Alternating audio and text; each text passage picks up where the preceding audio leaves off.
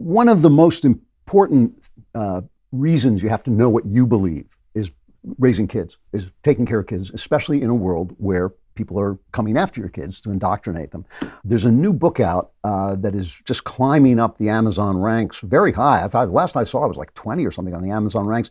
It's by two women that I respect and like very much. It's called Stolen Youth: How Radicals Are Erasing Innocence and Indoctrinating a Generation. It's by Karol Markowicz and Bethany Mandel. A couple of days ago, Bethany was on some podcast or something and got caught out. She was asked to define woke and she blanked and it looked silly. And so, of course, the left made a big deal out of that. Bethany handled it like absolute mensch. She just took the hit. And I think it helped sell some books. But we were going to talk about woke and what it is doing to children and how people can react with Karol Markowicz. Karol, it is great to see you again. How you doing? Hi, Andrew. So nice to see you. Congratulations on the book. It looks like it's Thank really you so much. Doing great. So I'll let you start. Define woke. What is woke when you talk about that? Wokeness is a leftism coupled with a forced conformity. And we go through this a lot in the book, where the old leftism was also a problem. Let us not joke with that. Leftism was enforced onto children in college. They were indoctrinated into the views of their professors. This was all going on for a while. But the difference with wokeness is that there's a really narrow way that you're allowed to speak about any subject. And especially people on the left get caught up in the woke dragnet because they didn't say the right words. They didn't use the right language. So when we say woke, it necessarily includes a conformity of thought. And it's not just leftism for the sake of leftism, which again, I'm not a fan of, but it's a rigid way of thinking that does not allow any outside influence or possibility. It's only one way of thinking about any one subject. It's really interesting. There's a great article about how gay marriage became law in First Things. It talks about basically the intimidation, the gangster-like intimidation, the exposure of anybody who didn't support it, the firing of people who didn't support it. It really is a system of intimidation, a system of just bullying people into believing, what you want them to believe. And now it has reached our schools, which is an amazing, amazing thing. So let's talk about this. I mean, you talk about the fact that most moms are not paying attention to politics because they're being moms. Now, you and Bethany, I think between you have 157 children, right? I think she has most of them. I know, you guys have a lot of kids, so it's hard to pay attention to this stuff. What do you see? What are you seeing happen in schools? Schools is one chapter of our book because we trace how this is happening throughout society. But the schools chapter is obviously very important. I wrote the schools chapter. Bethany is a homeschooling mom of 6. I have 3 children, 2 in public school, 1 in private. And what we see happening in schools was happening in colleges, 15 years ago, 20 years ago. There's so many books on indoctrination of college students and the way that this woke virus has taken hold in so many places. But it has come to the K through 12 space, and it's really widespread. When you watch libs of TikTok videos, what I like to say to people is parents look at those videos and say, well, that's not my teacher, my kid's teacher, that's some teacher somewhere else. And they believe that this is only happening in San Francisco and New York City. And a lot of people in red states or red areas think that they're safe from this. But just because your teacher is not openly talking about being a Marxist indoctrinator on libs of TikTok doesn't mean they're not doing it. And, most teachers aren't on libs of TikTok. So what we say to parents is that this is coming everywhere. There's no escaping this. There's only going to be putting up a fight. It's also not on the conservative side, it's become very popular to say, get your kids out of government schools. Well, in a lot of places, public schools are safer than private schools for this kind of thing. In New York City, private schools are lost under this woke, just problem that they're experiencing. They cannot function. They no longer are teaching kids any of the basic subjects, and they're just fully wrapped up in pleasing the woke gods. And public schools, you have more of a chance of having actual academic subjects taught. And in places like Florida, for example, the governor has made it so hard to get that woke nonsense into the public schools. And he's so careful about what gets taught there that it's safer to be in a public school. It's safer to be in a government school than it is to be in a private school. Now, just go ahead and keep bragging about the fact that you went to Florida and making the rest of us feel Andrew, bad. you have an open invitation. Not everybody has a red carpet out to him, like you do. I'm scared of alligators. What can I tell you? I have yet to see an alligator. I think I've seen more alligators in New York.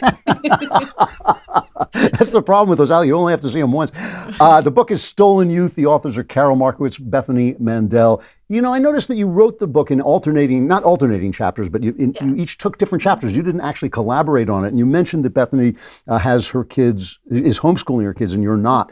Now, do you think one of those is a better idea, or does it just have to do with your personal situation? It has to do with our personal situation, Okay. but also we like the idea, and the reason we wrote the book together is that we can provide two different paths to families to look at as a model for their own lives. So for me, I let my kids watch modern movies. I let them, read what they want. I send them obviously again to public and private schools. I let them kind of immerse in the culture, and at home we provide the foundation and the building blocks and the defense against anything that I think would be a problem. Bethany pulls her kids from culture. She'll say her kids' favorite actor is Robin Williams. They watch old movies only. She pre-reads everything that they read. Look, there are two different paths, and some people are taking one and some people are taking the other.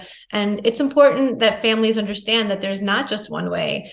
Also, what Bethany will say about it is, even though she homeschools, even though she pre-reads the books, even though she doesn't allow media into her home for the kids, she still needs to take her kids to the pediatrician. And that's why we have a medical chapter in the book about how wokeness has captured the medical field. And obviously we saw that up close during COVID, where any alternate opinion was considered, not allowed. And you could lose your medical license if you questioned the vaccines or really had any opinion that wasn't specifically on the line.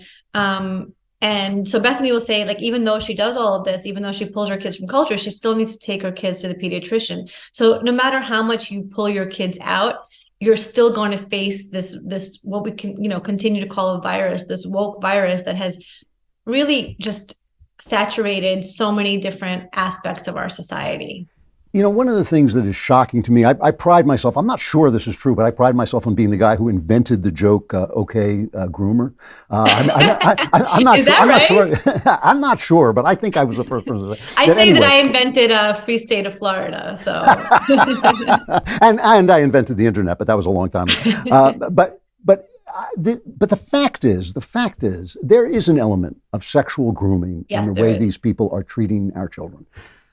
I don't understand why is that at the center of this? Why is there so much of this without people saying what is, when I was a kid, cops came in and told you how to avoid these people who are now the people who are teaching our children. How did that happen? It's a number of things. So we open the book with a history chapter on totalitarian societies and the way that they would always separate the family first. And they do that because it's much easier to indoctrinate children when they don't have the influence of the parents. And also the kids bring home the concepts to the parents. And what we're seeing right now is a really common thread with that, where they're discombobulating the kids. They're literally messing them up so that they can rebuild them, with the concepts that they want them to have. Bethany wrote the sexuality chapter, and she uses the word groomer. She wrote that before the okay groomer discourse, but literally she uses the word grooming to mean if you introduce sexual concepts to kids early, you're setting them up to be groomed, even if you're not, even the person introducing the concept is not the one that's going to end up grooming them, that this is a risk. And we used to kind of know that porn in school libraries was something that we didn't want. And what I would say about that also is that great majority of parents still don't want that. They still don't want porn in their elementary school libraries. It's the insane minority of the country that's very loud, very aggressive, very totalitarian, that they push this kind of thing and pretend that it's okay. And parents need to fight back. That is the message throughout the book is it's going to take a fight. It's not going to be easy. It's not going to be somebody else doing it. It's going to have to be us. You know, when you talk about the medical profession, and you have a chapter called No Subject is Safe, you're talking about such a widespread poison, such a toxic thing that these guys, and you know, when your governor, your terrific governor, you know, bans literal porn from literal elementary schools. The New York Times says he's banning books. You know, this, right? I mean, there used to be a time when you would horsewhip people for doing this stuff. Right. You know, and he has done. And again, he could be your governor too. I know. Could he just ban the alligator? No. He, you know, the what he does so brilliantly is really show, he kind of bypasses the media that hates him. You know, they all hate him, and he bypasses them and goes straight to the people. And he says, look, this is what's in the libraries. He started reading it on TV, and they had to cut off his feed because we couldn't show the kind of thing that he was reading on TV. And he also, his team, because I wrote about this in my New York Post column last week, but his team sent me a list of the schools where they found it. So it's not like, oh, it's one or two schools. Here's the list, and they're elementary schools and they're middle schools, and here are the books that we found in this school, and here are the books we found in this school. And the idea that this is happening on a small level just is not true, and they end up proving it. But here's the other thing. Let's say it's only 5 schools in all of Florida who happen to have porn in their elementary school libraries. Why are the left opposed to removing it? So what? So it's only 5. Okay, let's take it out of those 5. But you can't even get them to the point where they're like agreeing to that, right? It's like there's just no conversation. They're trying to minimize what's happening, but even if you minimize it, let's still not let those kids have access to porn in their school libraries. So when you're talking, I've only got a few minutes left, but when you're talking about your doctor is indoctrinated, and you're a mom, like you got to take your kids to the doctor. What do you do? How do you fight back against this?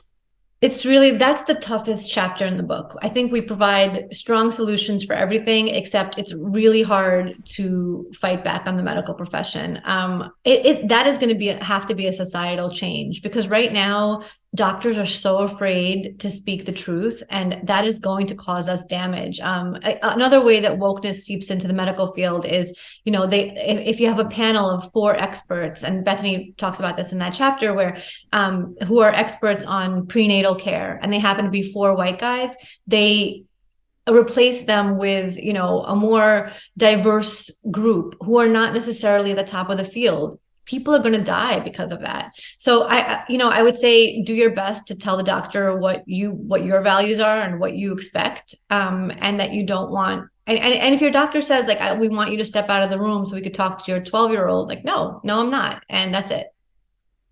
Yeah, no, I think that's ferocious. Where else do you think the danger lies besides, you got schools, you got the medical profession, but there are a lot of other things that kids do and that moms do. Where else do you think the danger is? So we talk about publishing companies, we talk about libraries. Every librarian might not be woke, but the libraries are ordering books according to, you know, a really narrow set of values. And so the publishers are publishing books according to those same set of values. You know, we talked about, Bethany and I co-wrote a piece in the New York Post a few weeks ago about the book, and we talked about how we had a hard time publishing this book. It was publishers told us, we want it. Can you tone down the fighting? And that's scary. This is conservative publishers. If it weren't for DailyWire, I don't know that this book makes it to print. And that should terrify people. We're already in like the conservative publishing ghetto. And if those publishing companies are afraid to publish a book that says parents should fight for their kids, like, what are we doing here? Yeah, no, I've got stories like this too. It's terrible. Karol Markowicz with Bethany Mandel. The book is Stolen Youth: How Radicals Are Erasing Innocence and Indoctrinating a Generation. Karol, it's great to see you, and I envy you being in paradise. But but when you visit hell, I hope you'll come and see me. It's great to talk to you. Absolutely. Nice to see you. Gee, I love that guy, don't you? Well, like and subscribe, and also subscribe to The Andrew Klavan Show wherever you get your podcasts.